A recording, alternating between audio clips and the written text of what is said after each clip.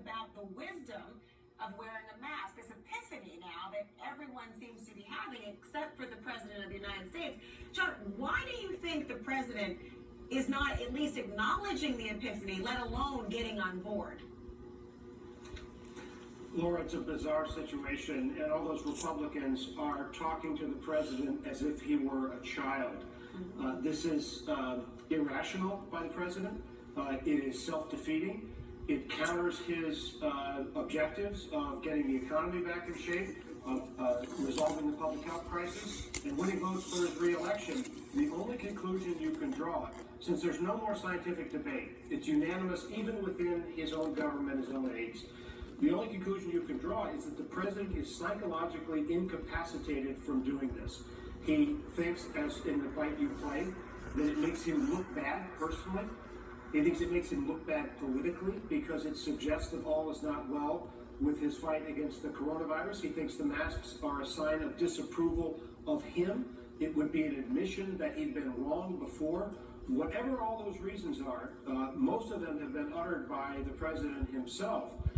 They make no sense, and he simply is unable to do what smart, rational people working for him are begging and pleading for Americans to do, and he's hurting himself by the process. Including, by the way, his own vice president. And of course, the irony, Dr. Reiner, in all this is that when he talks about not seeing himself wear a mask with these other foreign leaders, guess what? They're likely wearing a mask. It's not as if the pandemic just hit the United States of America.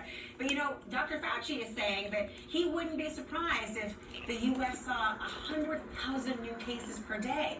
And, of course, if we don't have real leadership, I mean, is it even possible, Doc, for the country to reverse course? We can absolutely turn the ship around.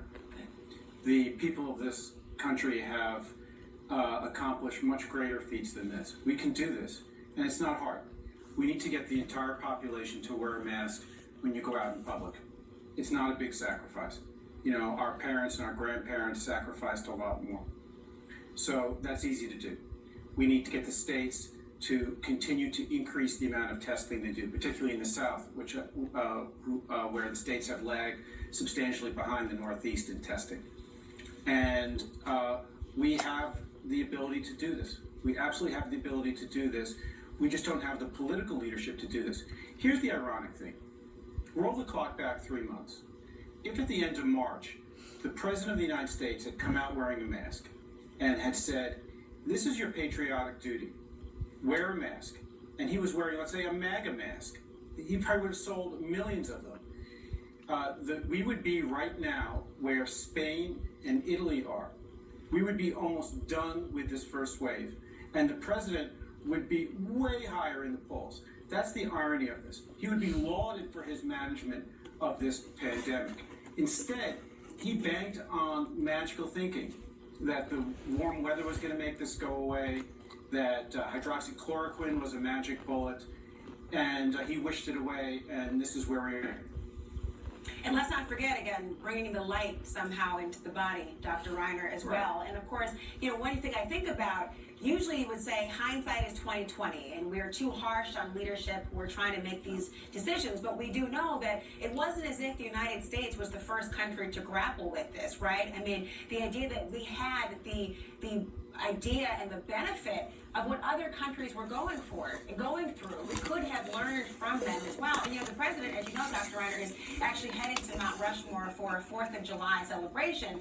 And the governor is saying that they're not going to enforce social distancing, but they will provide masks. I mean, how risky is this sort of optional thing to be able to wear masks if you feel like it?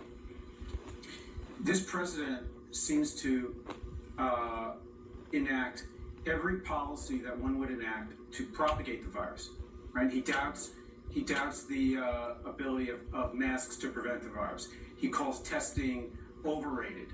He brings together thousands of people in rallies, and now at this 4th of July gathering in South Dakota.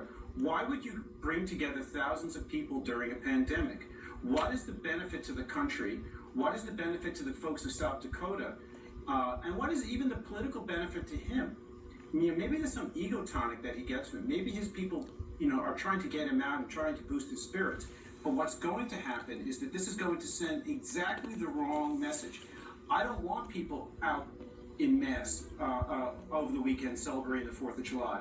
I want them in their own backyards grilling some hot dogs and watching the fireworks on television.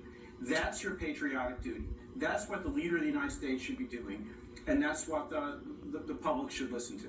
And instead, John, of course, as Doctor was talking about, we've got a large event like this, thousands of people, but it's not just an isolated example. I mean, it's the latest example, right, of the president downright ignoring the fact that we are in a pandemic right now, not in the future, right now, trying to come out on the other side.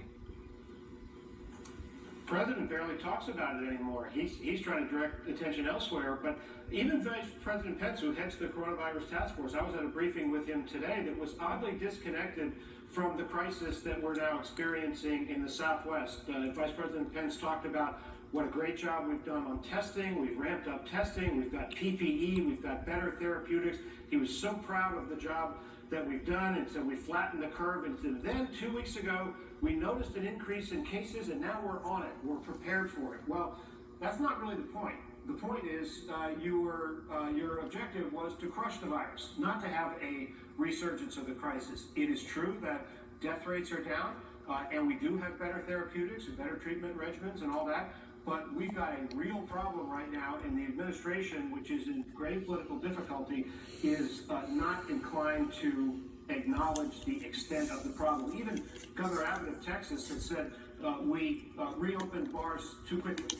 Vice President Pence said, oh, yeah, some people think the states reopened too quickly. That wasn't the problem. Well, if the governor of Texas it was, I'll take him at his word.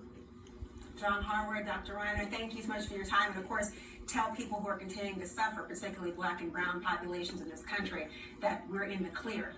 You know, the governor of Florida says he won't roll back his state's reopening, even though Florida is reporting more than, get this, 6,000 cases as of today, new cases.